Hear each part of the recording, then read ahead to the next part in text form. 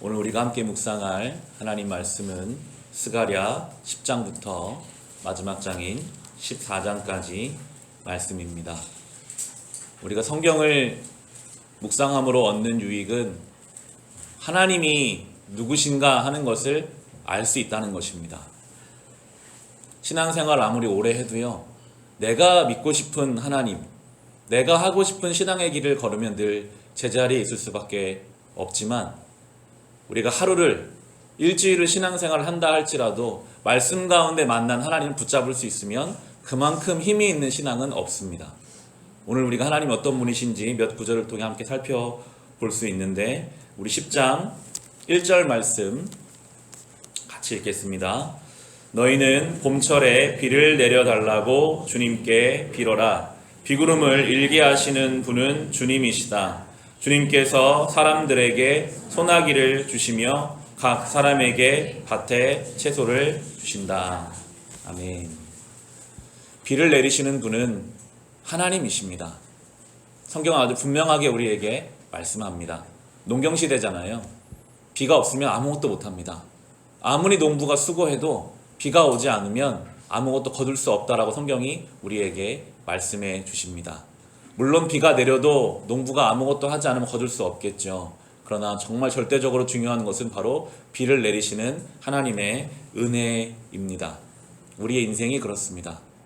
아무리 우리가 수고해도 하나님의 은혜가 없이는 우리는 아무것도 거둘 수 없는 인생임을 깨닫기 원하십니다.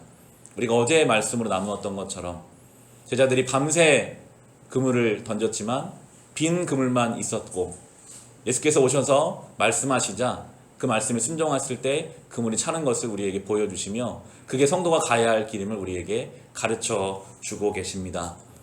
올해 마지막 우리 새해를 준비하면서 우리 나름대로의 계획을 세우고 여러 가지 목표를 설정할 수도 있을 것입니다.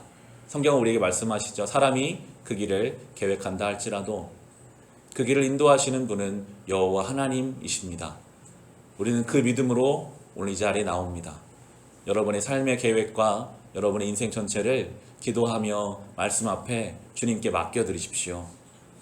주님, 은혜의 비를 내리지 않으시면 저는 오늘도 아무것도 못합니다. 겸손한 마음으로 주님 앞에 은혜를 구하고 지혜를 구하고 하나님의 인도하심을 구해야 하겠습니다.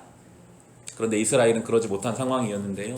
한 장을 넘기셔서 2절 보시면 같이 읽겠습니다. 드라빔 우상은 헛소리나 하고 점쟁이는 거짓 환상을 본다. 그들은 꾸며낸 꿈 이야기를 하며 헛된 말로 위로하니 백성은 양떼같이 방황하며 목자가 없으므로 고통을 당한다. 아멘. 드라빔은 가정에 두었던 작은 신상, 우리로 말하면 부적과 같은 것입니다. 하나님 아닌 다른 것들이 다 나열되고 있습니다. 인간은 뭔가를 자꾸 의지하고 싶어 합니다. 이게 있으면 잘 되겠지. 이게 있으면 안 좋은 일이 안 생기겠지. 이 시대는 물질이 그것이 될 수도 있겠고 여러 가지가 됩니다. 하나님 아닌 다른 어떤 것, 그것만 되면 내 인생 괜찮아질 거야. 성경은 뭐라고 말하는가? 그것은 헛소리이고 거짓 환상이고 꾸며낸 이야기이고 그것을 따라가는 인생은 목자 없는 양처럼 방황하게 될 것이다 라고 분명하게 말씀해 주고 계십니다. 우리가 하나님 아닌 다른 어떤 것을 의지하여 살아가려고 하면요, 그 끝자락에는 방황밖에는 없습니다. 잡으려고 했던 것은 다 거짓임을 하나님은 철저하게 깨닫게 하십니다. 이제 하나님은 이스라엘 백성을 향해서 하나님의 회복과 하나님의 뜻을 말씀하시는데요, 우리 12절 말씀, 10장 12절 말씀도 함께 읽겠습니다. 내 백성이 나 주를 힘입어서 강해지도록 하겠다. 그들이 내 이름을 앞세우고 늠름하게 나아갈 것이다. 나 주의 말이다. 아멘. 이것이 성도의 삶입니다. 우리가 언제 강해집니까? 주님의 이름을 앞세워서 우리는 늠름하게 나아가고 주님을 힘입어서 우리는 강해집니다. 우리가 얼마나 연약한지요, 오늘까지 정말 은혜 충만하게 살다가도요, 내일 조금만 내 생각대로 일이 되지 않을 것만 같아도 밤잠을 이루지 못하는 것이 우리의 연약함이지 않습니까? 작은 문제가 생길 것만 같아도 그 문제가 생긴 것도 아닌데 벌써 우리의 마음이 흔들리는 것이 우리의 연약함입니다. 우리는 그런 존재예요. 신앙의 연수와 상관없어요. 우리는 그렇게 살 수밖에 없는 존재인데 하나님 말씀하시죠. 내 백성이 나 주를 힘입어서 강해지도록 하겠다. 내 이름을 앞세울 때 늠름하게 나아가게 할 것이다 라고 말씀해 주십니다. 주님 안에 강해지는 인생이 되시기 바랍니다. 주님의 이름을 앞세우고 그때 늠름하게 나아가십시오. 주님이 어떤 분이십니까? 우리 아버지시잖아요.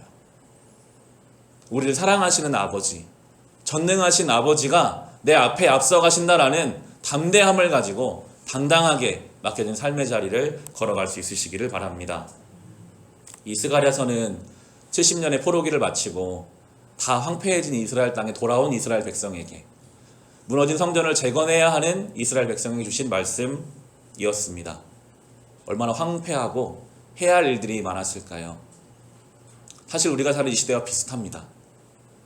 이미 인간의 죄로 인해서 이 땅에 하나님의 질서가 많이 무너져 있습니다. 우리가 예수의 이름으로 다시 쌓아가야 하는 시대를 살죠. 많이 느끼시잖아요. 저 세상 속에서 예수의 이름을 가지고 산다는 것이 얼마나 어렵고 버거운지. 스가랴서는 현실은 그렇게 황폐하고 어렵지만 그날 하나님이 이루실 날들을 자꾸만 이야기해요. 지금 우리가 딛고 있는 현실은 어려울지라도 반드시 하나님의 날이 오고 하나님의 때가 올 것을 믿는 자로 살아가는 것이 성도임을 우리에게 말하면서 나머지 스가랴서는 다 그날에 대해서 하나님의 때에 대해서 말씀하고 있는데요. 특별히 13장 1절 말씀이 우리에게 큰 소망을 갖게 해주시는 귀한 말씀이 있습니다. 13장 1절 말씀 함께 읽겠습니다. 그날이 오면 샘 하나가 터져서 다윗 집안과 예루살렘에 사는 사람들의 죄와 더러움을 씻어줄 것이다. 아멘. 한 샘이 터져서 그 샘에서 죄와 더러움을 씻어주실 것이다. 예수 그리스도를 뜻하고 있습니다. 죄와 사망의 권세에 잡혀있는 모든 영혼들을 향해 예수 그리스도라는 샘이 터져서 그분으로 인해 죄가 씻겨지고 우리의 더러움이 정결케 되는 것입니다. 우리는 그것을 소망하고 사는 사람들이죠. 한 주간 특별 새벽기도 주제를 새롭게 하소서라고 정했는데 이 말씀 묵상하면서 예수 그리스도의 그 생수가 우리 영혼 가운데 흘러와 주시기를 소망하게 되더라고요.